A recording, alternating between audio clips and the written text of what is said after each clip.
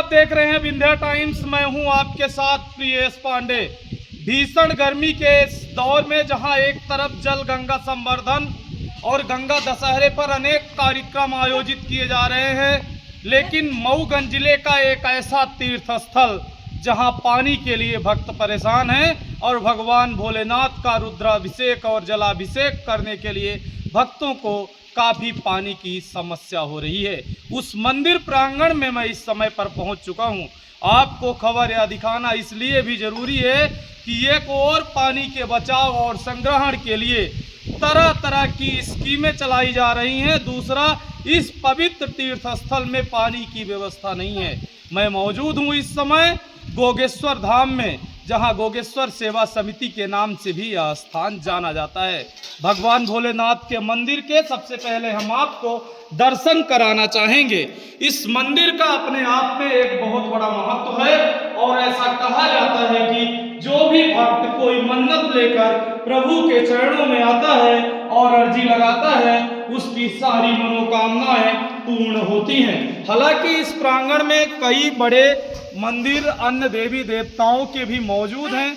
आप स्क्रीन में देख पा रहे होंगे माता पार्वती, गणेश, श्री रामचंद्र भगवान और माँ दुर्गा के भी मंदिर इस प्रांगण में मौजूद हैं। और यहाँ पर आप स्क्रीन पर देख पा रहे होंगे, कैमरामैन आपको स्क्रीन में दिखा रहे हैं कि एक नल मौजूद है।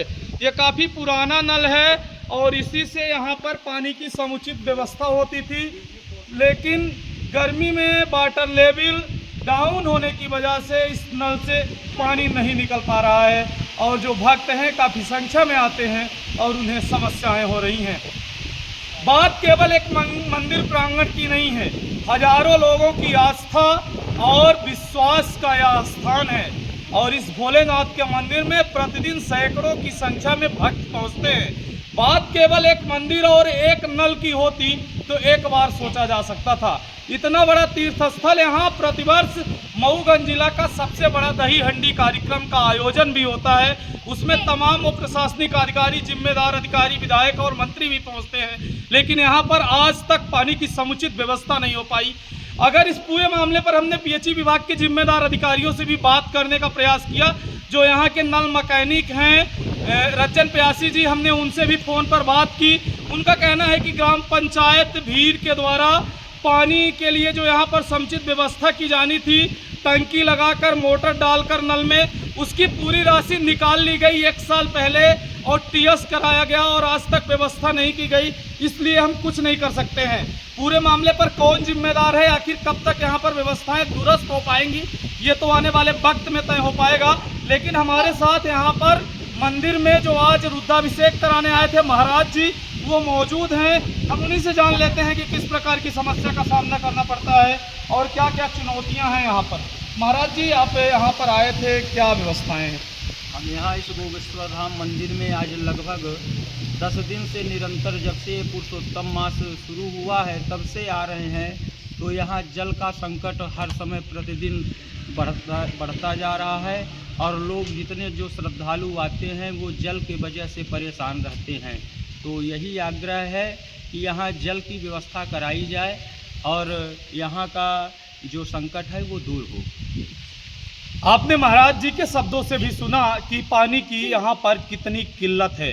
हमारा इस वीडियो को बनाने का माध्यम, इस समाचार को चलाने का माध्यम केवल ये है और मकसद केवल यह है कि शासन प्रशासन, जिम्मेदार अधिकारी और यहाँ के जिम्मेदार जनप्रतिनिधि और समाज सेवी इस पूरे मामले पर संज्ञान लें और आशा करते हैं कि इस खबर के प्रकाशित होने के बाद 1-2 दिन के अंदर यहाँ पर समुचित व्यवस्था पानी की हो जाएगी और भगवान भोलेनाथ के जो भक्तगण आते हैं उन्हें जलाभिषेक करने के लिए शुद्ध पानी नसीब हो पाएगा। यहाँ पर कुछ भक्तगण भी मौजूद हैं, हम उनसे जुड़ते हैं, बात करने का प्रयास करते हैं पूरे मामले पर, वो क्या कह रहे हैं। फिलहाल जो ये मंदिर प्रांगण है, यहाँ पर लगातार भक्तों की भीड़ देखी जाती है। आज भी कई भक्तगण रुद्राभिषेक के लिए पहुँचे थे। आपका क्या नाम है?